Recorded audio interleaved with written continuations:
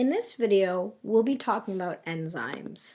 Enzymes are super important when it comes to understanding biology simply because they're involved in so many different, they're involved in so many different biochemical pathways that having an understanding of them is really crucial to understanding a lot of different processes that happen in biology. For example, glycolysis is a really good example. That has a lot of enzymes that are involved in it, or even, the Krebs cycle.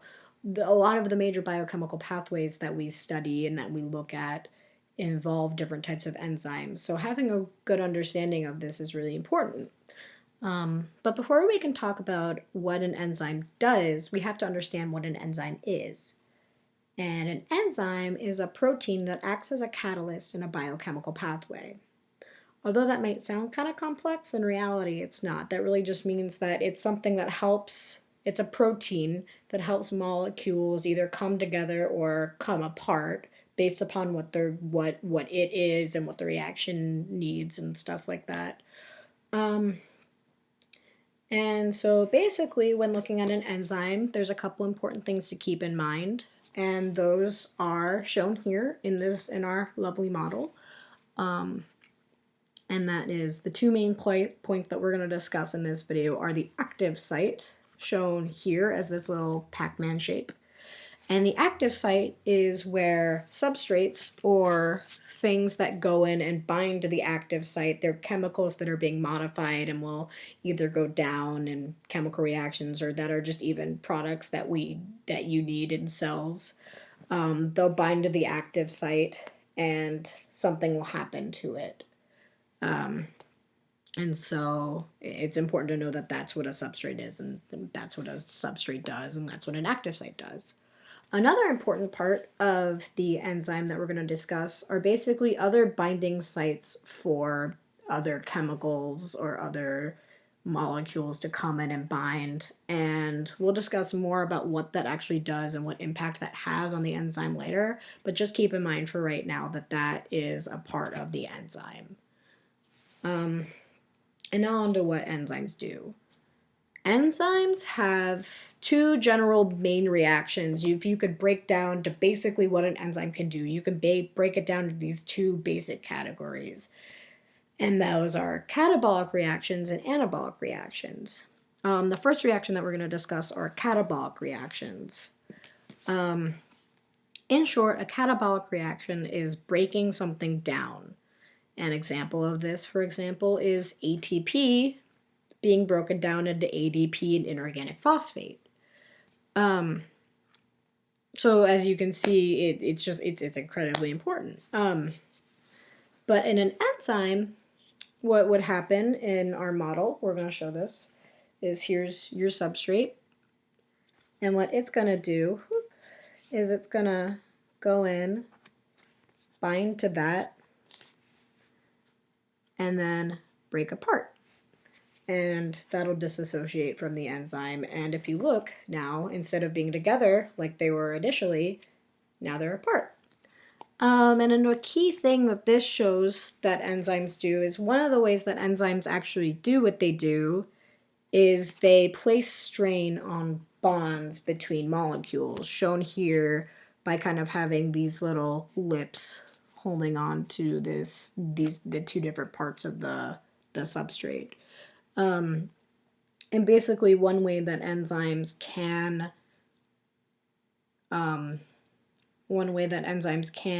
break apart molecules is by placing strain on other molecules, so that way they can do something that underneath those circumstances they wouldn't normally do. But since we have a catalyst for that reaction, the enzyme, it's able to do that. The next type of reaction that we're going to discuss is an anabolic reaction.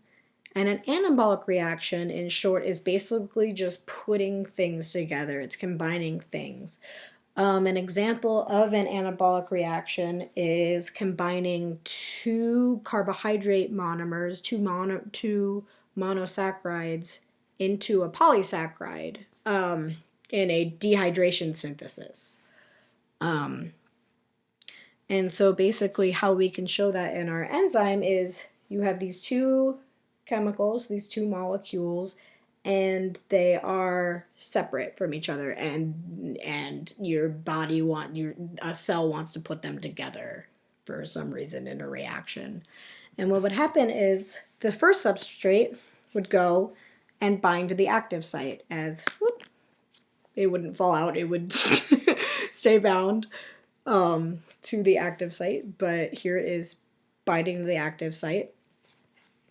And then the other molecule would come in, bind to it, and it would actually be in the right conformation, bind to it, and then it's able to leave as your whole product. And one way that this shows another way that enzymes are able to do what they actually do, which is a really important part of reactions, which is allowing the correct conformation for a reaction to actually occur. If these two things were just kind of floating around randomly in a solution, it would be really hard for them to just kind of actually get together like that. But an enzyme gives this other big molecule a good spot to just kind of funnel straight in and bind and make the complete product that you need, which is really important, especially since as a catalyst it allows that to happen. It allows a reaction that wouldn't normally happen under normal circumstances without that enzyme to occur. And other factors there are some factors that can allow or disallow substrates to actually bind to the active site. One of those things that affects whether or not a substrate can actually bind to the active site is charge or polarity of, or not polarity, sorry, charge of the active site and the substrate. If they don't match up in the right way, then it just won't be able to bind. So let's go over some basic chemistry. Firstly, it's important to note that positive and negative go together, but positive and negative do not like being nearby each other. Those charges will repel each other. If you remember playing with magnets as a kid, you'll remember if you put two sides, the positive and the negative side together, they would go together. And if you put the negative, or the positive side together, they would repel each other because they wouldn't want to touch. Enzymes work kind of like that. In this model, if you look in the active site, which is right here, you have a negative and a positive. And what it's going to want to do is this negative is going to want to be nearby something that's positively charged, and this is going to be wanting nearby something that's negatively charged. And if you look at this substrate, you have a positive side and a negative side, which just so happens to match up exactly with the active site. So in reality, these guys would be able to bind and go together and be bound together, and it would be able to interact with this active site and do whatever it is the enzyme would need to carry out. However, in some instances, you have something with a negative and positive, and if you look, this is the exact same as this one.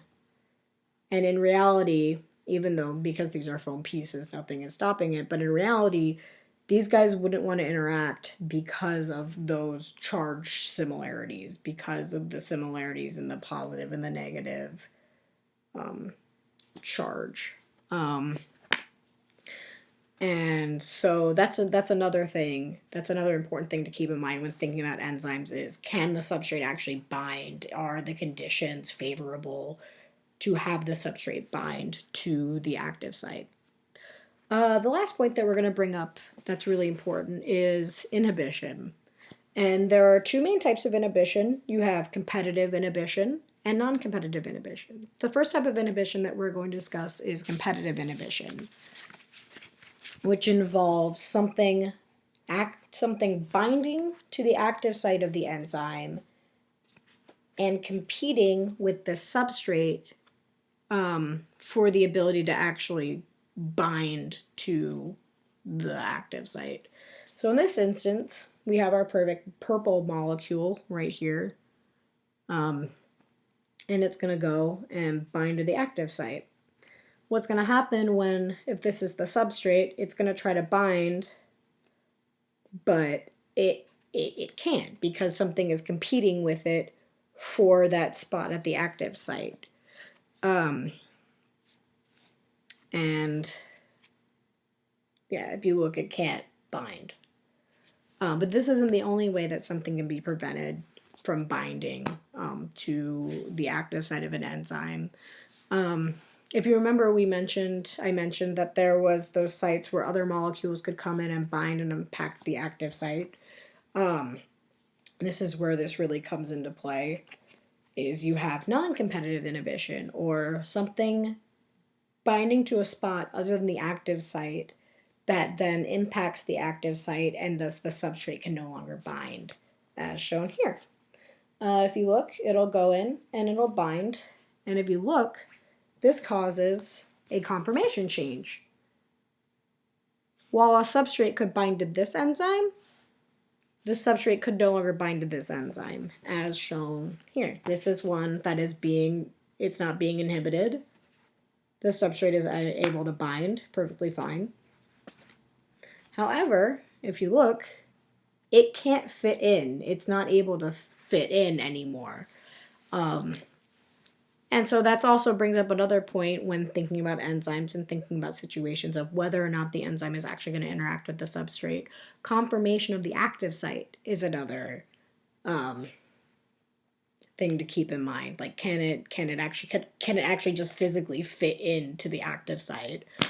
And so yeah, overall, I've covered all the main points I wanted to cover. An important thing to keep in mind, though, I use this model, or it's being inhibited, or this model for a lot of it, which seems to imply that the same enzyme catalyzes a lot of different reactions. And in general, in typical biological systems, that generally isn't true, that you have very specific enzymes binding, or specific enzymes doing specific things. So typically you have one enzyme for one reaction, or, carrying out whatever it is that you want to do. Thank you for listening.